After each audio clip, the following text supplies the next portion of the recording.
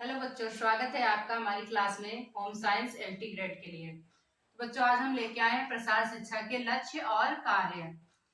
पिछली क्लास में हमने पढ़ा था प्रसार शिक्षा की विशेषताएं और उद्देश्य। आज हम पढ़ेंगे कार्य और लक्ष्य।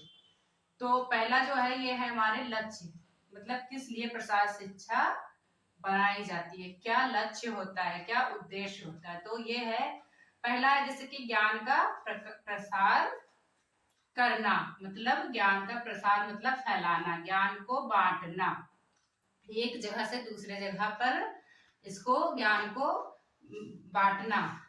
जैसे कि ग्रामीण इलाकों में या फिर शहरी इलाकों में जहां पर जानकारी नहीं मिल पाती वहां जा जाके जानकारी को देना। अगला हमारा है व्यवहार में परिवर्तन लाना।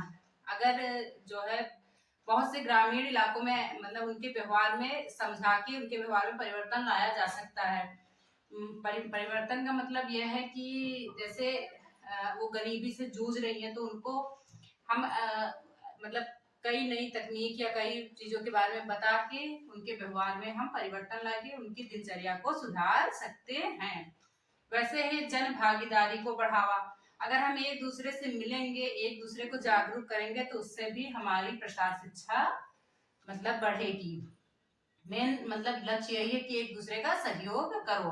समाज सुधार, समाज को सुधारना मतलब बहुत सी अभी ऐसी जगह है जहाँ रूढ़िवादिता चलती है, मतलब इंसान उसी से जूझ रहा है उन चीजों से, जैसे कि रोग, बहुत से रोग ऐसे हैं जिनको मतलब मिट नहीं पा रहे हैं, उनके बारे में जानकारी देना। तो इस तरह हमारा समाज सुधरेगा। वैसे ही जीवन स्तर में सुधार।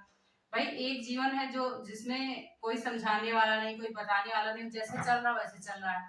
लेकिन अगर इसी को हम समझा के और घर घर जाके एक अच्छे जीवन का निर्माण करें, अच्छी सोच का निर्माण करें तो उससे हमारा जो जीवन स्तर है वो सुधरेगा। तो ये इसके लक्ष्य हैं 5, ये आप लोग नोट कर लीजिए। अगला हम पढ़ेंगे इसके कार्य, क्या कार्य हैं, प्रसार शिक्षा के कौन कौन से कार्य हैं। ये लक्ष्य था, अब यहाँ पे हम कार्य पढ़ेंगे। ठीक है बच्चों, तो शिक्षण कार्य को बढ़ाओ। पहले सबसे पहला कार्य जो इसका शिक्षण कार्य, शिक्षण मतलब पढ़ाई पर जोर देना, शिक्षण कार्य को बढ़ावा देना। शिक्षण मतलब हम एक दूसरे को शिक्षा दे रहे हैं, शिक्षण कर रहे हैं, मतलब पढ़ा रहे हैं, बता रहे हैं, इस कार्य को बढ़ावा दे रहे हैं। तो ये पहला कार्य हो गया इसका। दूसरा है सूचना संप्रेषण। सूचना संप्रेषण में मतलब होता है कि सूचना को एक जगह से दूसरी जगह पहुंचाना। संप्रेषण मतलब पहुंचाना, एक जगह से दूसरी जगह पर पहुंचाना है। और तीसरा हो गया इसका समस्या समाधान। कोई भी ग्रामीण या फिर कोई भी अगर किसी भी समस्या से जो है जूझ रहा है तो उसको उस समस्या से निकालना, समस्या का समाधान। ठीक है बच्चों, समझ में आ रहा है। अगला है समाज परिवर्तन का साधन। प्रसार शिक्षा का जो मुख्य कार्य है वो है, मतलब मुख्य क्या, समाज में ही परिवर्तन लाने के लिए इस कार्य को किया जाता है, इसलिए समाज परिवर्तन का साधन, ये इसके कार्य हो गए। प्रसार शिक्षा मतलब इसके कार्य के अंतर्गत आता है। बच्चों अब हम कुछ प्रश्न उत्तर के बारे में जानेंगे जो कि इम्पोर्टेंट है। तो पहला क्वेश्चन है, प्रसार शिक्षा में कौन सी विधि उपयोगी होती है।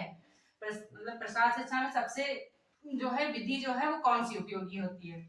तो इसका आंसर हम बताएंगे, इसका आंसर होगा प्रदर्शन और अभ्यास।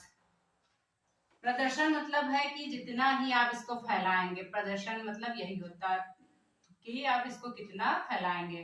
प्रदर्शन और सुधार,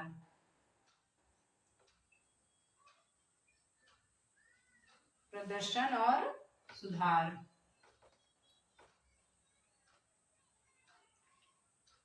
पहले प्रश्न का ये आंसर है। ठीक बच्चों, और अगला प्रश्न नोट करिए। अगला क्वेश्चन है, प्रसार शिक्षा का क्या कार्य है, जो इसका मुख्य कार्य है उसके बारे में बताइए। जो प्रसार शिक्षा का मुख्य कार्य है, तो इसका जो अगला क्वेश्चन है प्रसार शिक्षा का क्या कार्य है। तो प्रसार शिक्षा का जो कार्य है जानकारी लोगों तक पहुंचाना, मतलब प्रसार शिक्षा जो भी रिलेटेड जानकारी है वो सभी लोगों तक पहुंचाना। और तीसरा क्वेश्चन है प्रसार शिक्षा किस प्रकार कार्य करती है। तो ये जो है संवादात्मक मतलब संवादात्मक मतलब होता है पूछताछ करके, संवादात्मक मतलब पूछताछ करके कार्य करती है, लोगों तक जाती है, पूछताछ करके उसका मतलब हल बताती है। अगला क्वेश्चन है प्रसार शिक्षा का मुख्य कार्य क्या है। लोगों की समस्याओं को पहचान करना, ये शायद हो गया है क्वेश्चन। अगला है प्रसार शिक्षा में समुदाय की भागीदारी का कार्य किसका उदाहरण है। तो ये जो समुदाय की भागीदारी का कार्य है यह है सहभागिता, यह है सहभागिता।